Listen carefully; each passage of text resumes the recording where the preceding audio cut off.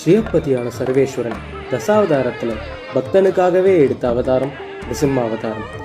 பிரகல்லாதனை 1000 ஹிரண்யகசிபு மிரட்டி தப்பா வழி நடத்தினாலும் நமோ நாராயண மந்திரத்தில் பிரணவத்தில் நாராயணன் நம்ம ரட்சிப்பான்னு பூர்ணமாக நம்பினதால தான் நிசிம்மன் தூணை பிளந்து காப்பாற்றினான்.